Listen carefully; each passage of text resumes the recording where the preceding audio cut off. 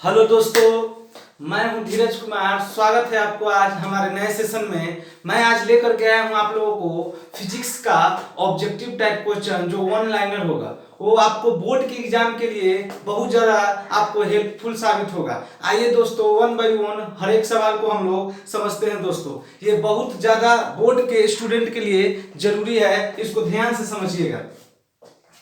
Physics का है objective type one liner में पहला क्वेश्चन है, समझिएगा दोस्तों।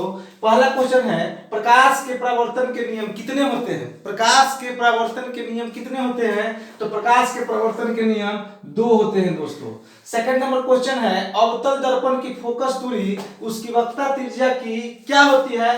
तो आधी होती है दोस्तों, आधी होती है। R बराबर 2F हम फॉर्मूला में बताए थे, R बराबर 2F वो उसी को यहाँ पर शब्द में लिख दिया है। और वहां पर जब ऑब्जेक्टिव में पूछ देता है तो स्टूडेंट लोग कंफ्यूज हो जाते हैं कि ये क्या पूछ दिया। इसलिए दोस्तों इसको समझिए, अवतल दर्पण की फोकस दूरी उसकी वक्रता त्रिज्या की आधी हो जाती है।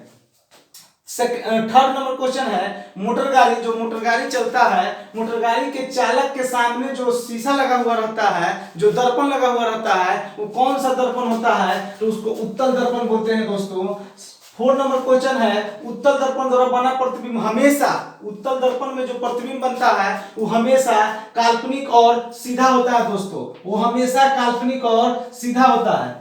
5 नंबर है, दाढ़ी बनाने में जब आप शेविंग करने के लिए जाते हैं सैलून में, या जो सैलून में शेविंग करवाने के लिए आप लोग आईना में जो फेस देखते हैं, दर्पण में जो फेस देखते हैं, वो दर्पण जो होता है, दाढ़ी बनाने में जो दर्पण का प्रयोग किया जाता है वो अवतल दर्पण का प्रयोग किया जाता है दोस्तों। डायरेक्ट रूप से वहां पूछेगा कि दाढ़ी बनाने में किस दर्पण का प्रयोग किया जाता है, ऑप्शन में आपको जो है अवतल दर्पण में टिक आउट कर देना है। 6 नंबर क्वेश्चन है, प्रकाश के अपवर्तन के नियम कितने हैं?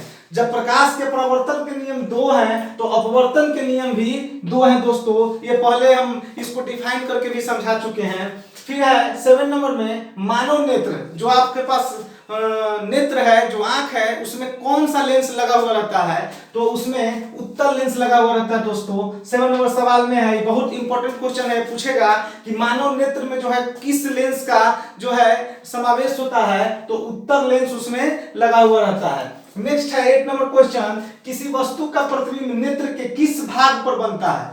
कोई भी जो वस्तु है उसका जो प्रतिबिंब है वो आंख के किस भाग पर बनता है? तो रेटिना पर बनता है। बहुत जबरदस्त क्वेश्चन है दोस्तों, इसको ध्यान से आप लोग याद करेंगे। किसी वस्तु का प्रतिबिंब नेत्र के किस भाग पर जो है इसका बनता है प्रतिबिंब? तो वो रेटिना पर बनता है। नेक्स्ट है 9 नंबर, कि निकट दृष्टि दोष का उपचार कैसे किया जाता है? किस लेंस से किया जाता है? जब निकट दृष्टि दोष हो जाती है तो उसका उपचार जो है हम लोग अपसारी लेंस से करते हैं। नेक्स्ट है 10 नंबर सवाल, कि दीर्घ दृष्टि दोष का उपचार किस लेंस से किया जाता है? तो उत्तल लेंस से किया जाता है दोस्तों। निकट दृष्टि दोष में अपसारी लेंस का प्रयोग किया जाता है, और दीर्घ दृष्टि दोष का उपचार जो है वो उत्तल लेंस लगा करके किया जाता है। चश्मा, उत्तल लेंस के चश्मे या लेंस लगा करके आंख में उसका जो है दृष्टि दोष को दूर किया जाता है।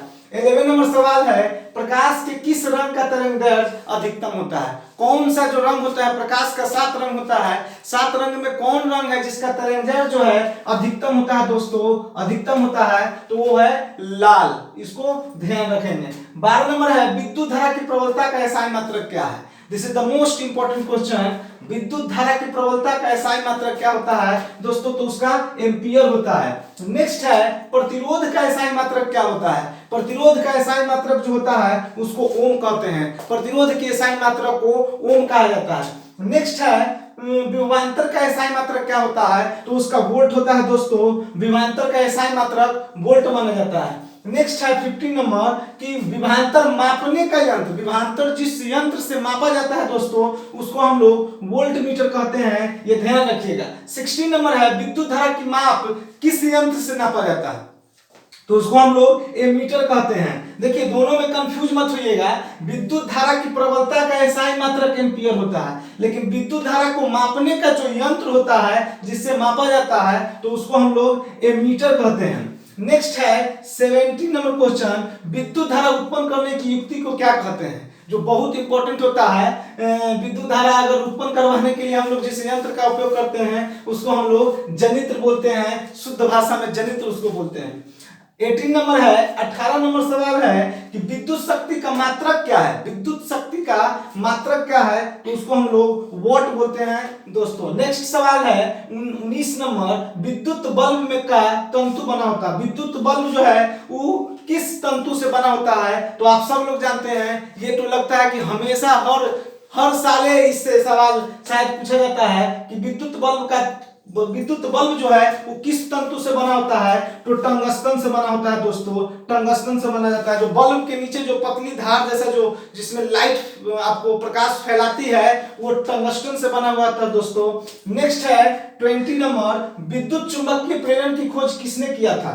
विद्युत चुंबकीय प्रेरण की खोज किसने किया था, तो फैराडे ने किया था दोस्तों। फैराडे ने ही आपको विद्युत चुंबकीय प्रेरण की खोज की है। और this is the last question 21 number जो सवाल है दोस्तों वो है कि विद्युत परिपथ में विद्युत फ्यूज जोड़ा जाता है, तो किस जो है किस एरिया में उसको जोड़ते हैं। फिर से इसको समझिए, विद्युत परिपथ में विद्युत फ्यूज कहां पर जोड़ा जाता है, तो विद्युतमय तार में उसको जोड़ा जाता है। जिससे बिजली प्रवाहित होती है उसी तार में हम लोग विद्युतमय तार में ही हम फ्यूज को जो है जोड़ते हैं। ये 21 सवाल है दोस्तों। ये 21 सवाल में आपको 5 से 7 या 8 क्वेश्चन आपको एग्जाम में डायरेक्ट रूप से देखने को मिलेगी दोस्तों। ये मेरा विश्वास है कि इससे जुड़ा हुआ सवाल आपको कंफर्म एग्जाम में आएगा। 21 सवाल, पूरे 21 सवाल को आप कंप्लीटली एकदम मेमोराइज और याद करके जाएं एग्जाम में, तो आपको बोर्ड के एग्जाम में कुछ न कुछ मार्क्स जरूर हासिल करवाने में सहायता मिलेगा। धन्यवाद दोस्तों।